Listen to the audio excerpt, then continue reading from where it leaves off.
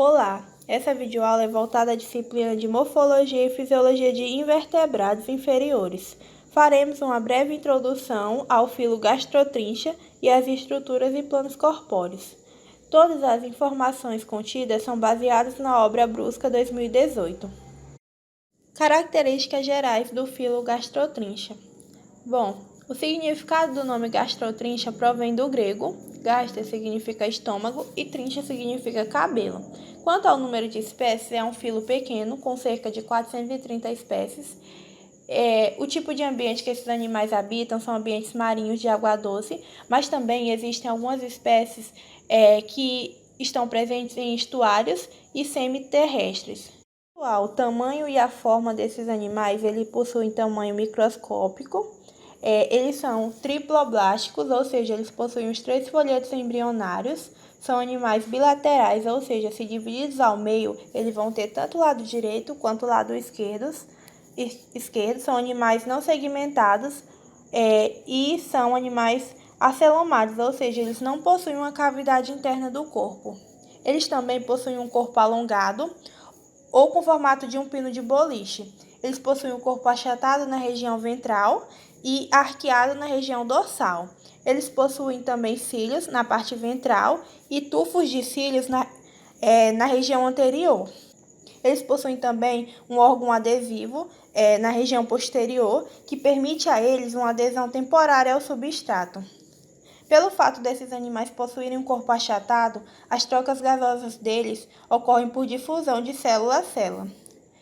Quanto ao tipo de vida, são animais meiofaunais, ou seja, eles vivem na meiofauna, são animais intersticiais que vivem nos espaços de sedimentos soltos ou vivem enterrados entre os sedimentos que são encontrados ali na parte bentônica. Bom, eles são distribuídos em 2 ordens, são elas, Chaetonótida e a ordem Macrodacuida. Quanto à sustentação e à locomoção desses animais, a cutícula é um plano corpóreo que permite a esses animais uma sustentação hidrostática. As estruturas corporal compacta, ela permite que esses animais realizem movimentos e flexões de torção. Bom, e eles se locomovem por deslizamento, ou seja, esses animais, pelo fato de eles terem um corpo extremamente flexível e em alguns gêneros da mesogástris, eles podem esticar seus corpos já alongados e quase 2 vezes o comprimento de deslizamento e se contrai para formar uma bola compacta. Eles se fixam alternadamente aos tubos posteriores, avançando lentamente. Os tubos adesivos eles têm uma função muito importante durante essa atividade. Alguns gastróticos, como os semiplatônicos de água doce, como as espécies Dasytidae e Chaetonótida, têm espinhos. Esses espinhos possibilitam que esses animais realizem um tipo de natação saltatória. Eu vou falar um pouco sobre alimentação e digestão.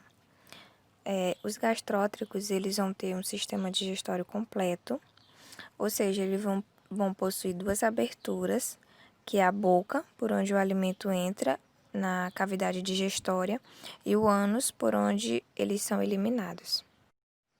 A maioria dos gastrótricos, eles alimentam-se por bombeamento de pequenas partículas alimentares para dentro do trato digestivo, por ação da faringe, que é um tubo mioepitelial circundado por camadas complexas de músculos. O lúmen da faringe ele tem o formato de Y, no Chaetonotida, ou de Y invertido nos Macrodacida. Isso a gente vai ver um pouquinho nas imagens posteriores. Os gastrótricos, eles alimentam-se de quase todo material orgânico, vivo ou morto, de tamanho apropriadamente pequeno. Bactérias, detritos, protistas e águas unicelulares. A boca é subterminal ou terminal e geralmente circundada por um anel de cílios rígidos ou espinhos cuticulares, os quais podem auxiliar na captura dos alimentos. O ânus é precedido de um intestino posterior, que é revestido por uma cutícula nos animais de espécie chaetonotida, e já nas espécies macrodasida não existe um intestino posterior e o ânus provavelmente é temporário ou permanente.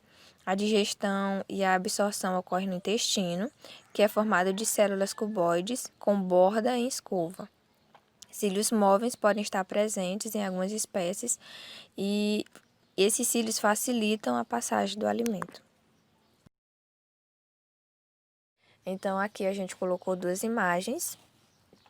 E nessa primeira imagem a gente consegue ver a presença da boca, né, os cílios.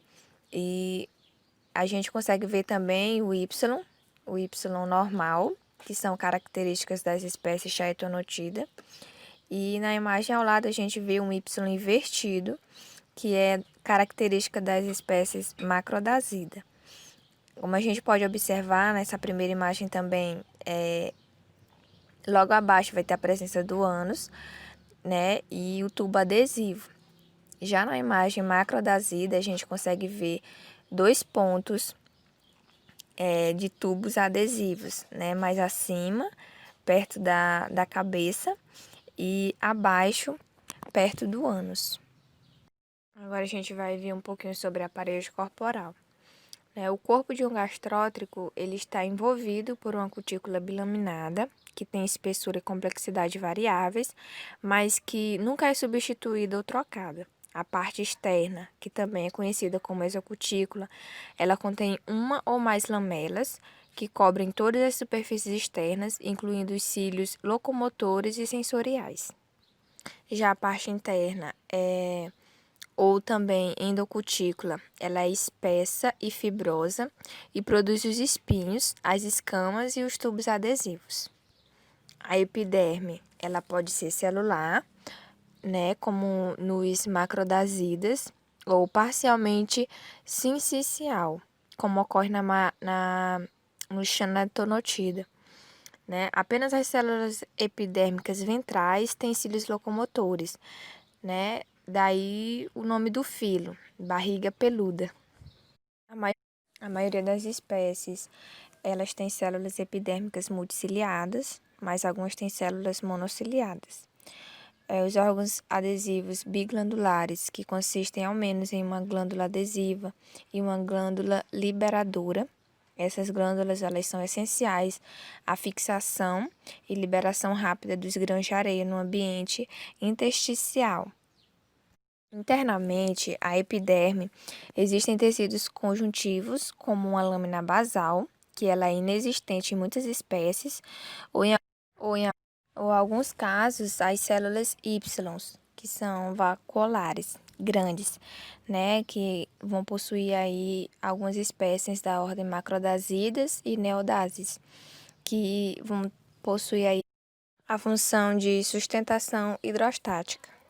Os músculos, eles apresentam-se na forma de faixas circulares, helicoidais e longitudinais, que têm suas inserções na cutículas por meio de uma célula epitelial interveniente.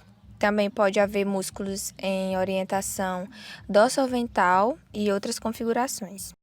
Antes de citar os tipos de reprodução nos gastrotrinchas, iremos entender o sistema masculino e o sistema feminino.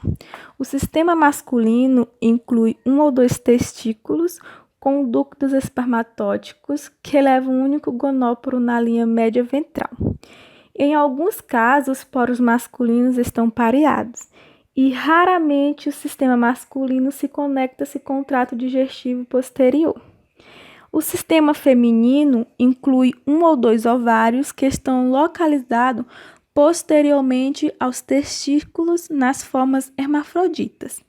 Os ovários são órgãos bastante difusos, não limitados pelas típicas cápsulas ou camada de tecidos. À medida que os ovos são produzidos, estes são liberados em um espaço pouco definido, chamado útero. Adjacentes aos ovários e associado a um tecido produtor de vitelo ou vitelário. Os ovos são finalmente transportados de um oviduto ou comumente a uma urna-área sacular receptora chamada órgão X, que se conecta com o gonóporo feminino. Então, a forma de reprodução dos gastrotrinchas podem ser hermafroditas, quando não acontece a autofecundação, e em algumas espécies podem ser dioicas, que temos como exemplo a ordem Chaetonotida. Porém, o aparelho reprodutor masculino não é funcional, e daí as fêmeas se reproduzem por partenogênese, ou seja, produzem embrião que se desenvolve em fecundação. O desenvolvimento dos gastróticos é direto e os juvenis eclodem de ovos encapsulados. Embora o tempo de desenvolvimento até a eclosão varie de acordo com o tipo de ovo produzido, a maturação é rápida e os animais estão sexualmente maduros em alguns dias após a eclosão.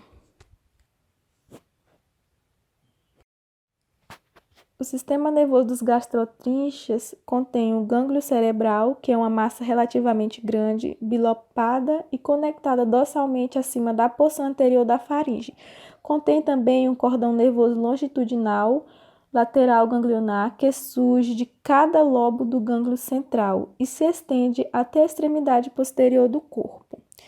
Tem também receptores sensoriais, que são predominantemente táteis.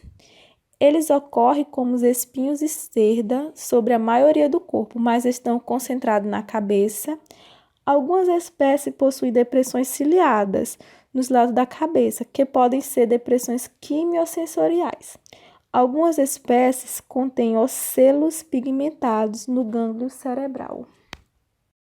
A classificação dos gastróticos podem ser divididas em duas ordens, na ordem macrodácida e na ordem chaetonotida.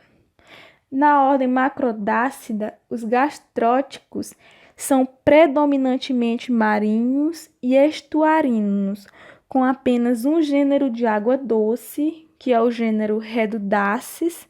As cutículas presentes nessa ordem são lisas ou elaboradamente esculpidas. Geralmente, esses animais têm vários tubos adesivos ao longo da cabeça e do tronco. Tem faringe com lume em forma de Y invertidos e os póreos faríngeos estão presentes em todas as espécies, exceto na espécie Lipidodaces. Geralmente, esses animais têm vários pares de protonofrídeos, são hermafroditas, com órgãos reprodutores bem complexos. Em algumas espécies podem ser partenogênicos. Temos como exemplo a Macrodaces. Já na ordem Chaetonotida, as espécies são predominantemente de água doce, mas também existem algumas espécies marinhas, estuarinas e semiterrestres. Esses animais têm cutículas lisas ou complexas, com quantidades variáveis de tubos adesivos, têm faringe com lume em formato de Y, não tem poros faríngeos, tem um ou mais pares de protonofrídeos, são hermafroditas, partenogênicas ou até mesmo pode haver uma combinação entre hermafrodita e partenogênicas. Esta ordem é dividida em duas subordens, que é a subordem multitubulatina e a subordem paucitubulatina.